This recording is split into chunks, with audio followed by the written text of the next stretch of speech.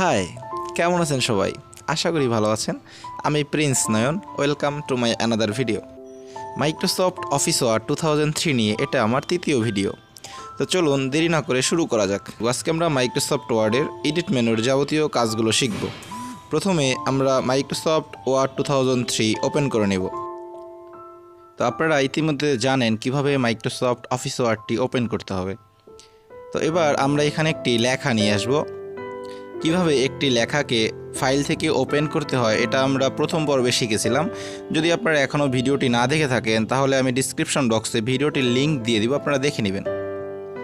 Edit মেনুর কাজগুলো অনেক সহজ। আমরা প্রতিনিয়ত যারা স্মার্টফোন ব্যবহার করি তারা লেখাকে কপি করি, পেস্ট করি, কোথাও থেকে কাট করে কোথাও পেস্ট করি। ঠিক এই কাজগুলোই আমাদের মাইক্রোসফট অফিস ওয়ার্ড 2003 এডিট মেনুতে রয়েছে।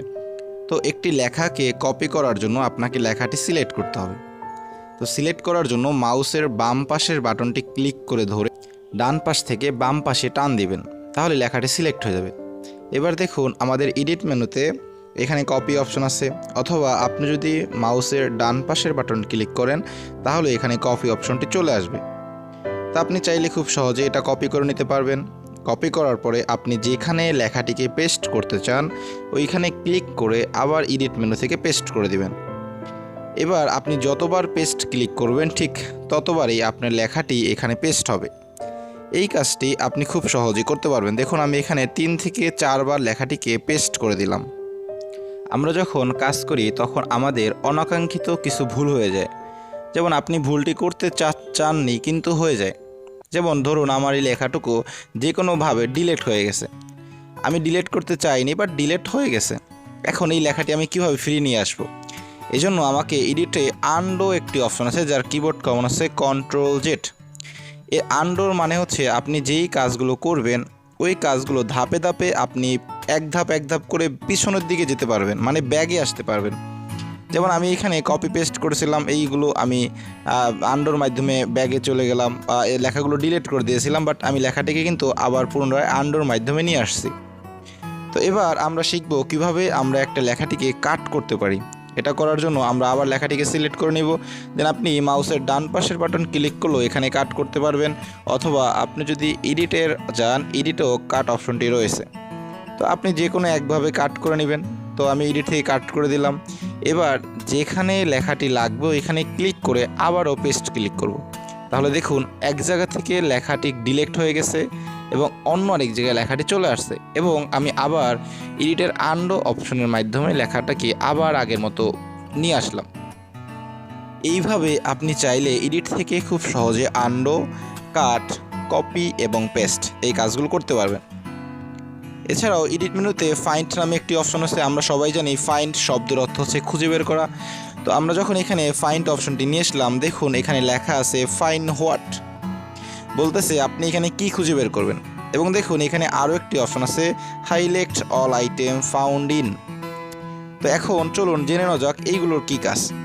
ধরুন আপনি এই লেখার ভিতর থেকে কোনো একটি লেখাকে খুঁজে বের করবেন। তো এই জন্য আপনি ফাইন্ড হোয়াটের ঘরে যে লেখাটি খুঁজে বের করতে চান ওটি লিখে দিবেন। তারপর আপনি highlight all item found in এখানে একবার ক্লিক করবেন। এখানে ক্লিক করে আপনি যখন ফাইন্ড অল অপশনে একবার ক্লিক করবেন, আপনার এখানে যে ওয়ার্ডটি আপনি লিখে দিবেন ওই ওয়ার্ডটি দেখুন সব সিলেক্ট হয়ে গেছে। যেমন আমি এখানে ফক্স লেখাটিকে সিলেক্ট করলাম। তো এইভাবে আপনি চাইলে খুব সহজে কোনো একটি লেখাকে যদি খুঁজে বের করতে চান ফাইন্ড ব্যবহার করতে পারবেন। তো এবার আমি চলে যাব রিপ্লেক্স। আমরা সবাই জানি রিপ্লেক্স শব্দের অর্থ হচ্ছে পরিবর্তন করা। মনে করুন আপনার এখানে যে ওয়ার্ডটি আছে, যেমন আমি এখানে ডগস লিখছি, এই ওয়ার্ডটির পরিবর্তে আমি এখানে অন্য একটি ওয়ার্ড ব্যবহার করব। তো দেখুন এখানে লেখা আছে রিপ্লেক্স উইথ। তো আপনি ফাইন্ড হোয়াটের ঘরে খেয়াল করে দেখুন আমি যেই লেখাটিকে পরিবর্তন করতে চাই ওইটি এখানে লেখা আছে। এবার রিপ্লেক্স উইথের ঘরে আমি ফাইন্ড করে তার পরিবর্তে কি বসাবো এটা লিখে আমি যখন রিপ্লেক্স অল ক্লিক করলাম, দেখুন আমার লেখাটি এখানে পরিবর্তন হয়ে গেল। এইভাবে চাইলে আপনি খুব সহজে কোনো একটি লেখাকে সহজে খুঁজে বের করতে পারবেন ফাইন্ডের মাধ্যমে, এবং রিপ্লেক্সের মাধ্যমে এটিকে আবার পরিবর্তন করে দিতে পারবেন। তো এবার আমরা আবার এডিট মোডে চলে যাব।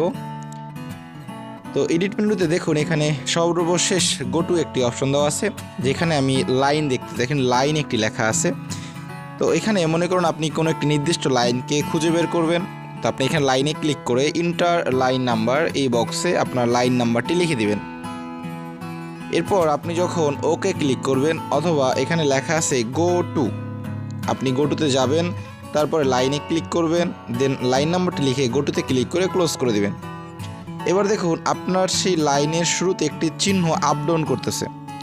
আপনার যে লাইনটি আপনি খুঁজে বের করবেন ওই লাইনের শুরুতে একটু খেয়াল করে দেখবেন চিহ্নটি আপ ডাউন করতেছে। তো এইভাবে চাইলেই আপনি খুব সহজে কোনো একটি নির্দিষ্ট লাইনকে খুঁজে বের করতে পারবেন এডিটের গো টুর মাধ্যমে। তো এইভাবে দেখুন আমি এই লেখাটিকে সিলেক্ট করতে চাই। যখন আমাদের অনেকগুলো লেখা থাকবে আমরা এডিট থেকে সিলেক্ট অল অথবা কন্ট্রোল এ, কিবোর্ড কমান্ড কন্ট্রোল এ যদি ক্লিক করি তাহলে আমার সব লেখাটি সিলেক্ট করতে পারবো। এরপর দেখুন এডিটে ক্লিয়ার নামে একটি অপশন আছে, যেখানে ক্লিয়ার থেকে আমি যখন ফরম্যাট ক্লিক করলাম আমার লেখাগুলোর ভিতরে যতগুলো কালার ছিল অথবা আমি লেখা যা যা করছি, যেই কাজগুলো করছি সব কাজগুলো দেখুন আগের মতো হয়ে আমার লেখাটি নর্মাল হয়ে গেছে। তো এই ছিল আমাদের এডিট মেনুর কাজ। আমরা এডিট থেকে undo, redo, cut, copy, paste, find, replace, go to, select all এবং ক্লিয়ার এই অপশনগুলো শিখেছি। তো এই ছিল আজকের ভিডিও। আশা করি আপনি এই ভিডিওটি বারবার দেখবেন এবং তাহলে আপনি কাজগুলো খুবই ভালোভাবে বুঝতে পারবেন। এগুলো আপনাকে খুব ভালোভাবে শিখতে হবে। আমাদের প্রতিনিয়ত কাজ করার জন্য এগুলো ব্যবহার করা হয়। তো যারা আমার চ্যানেলটিকে সাবস্ক্রাইব করেছেন তাদেরকে অসংখ্য ধন্যবাদ, এবং যারা এখনও চ্যানেলটি সাবস্ক্রাইব করেননি তারা অবশ্যই সাবস্ক্রাইব করে দেবেন। পরবর্তী অন্য কোনো ভিডিওতে আবার দেখা হবে। ধন্যবাদ সবাইকে।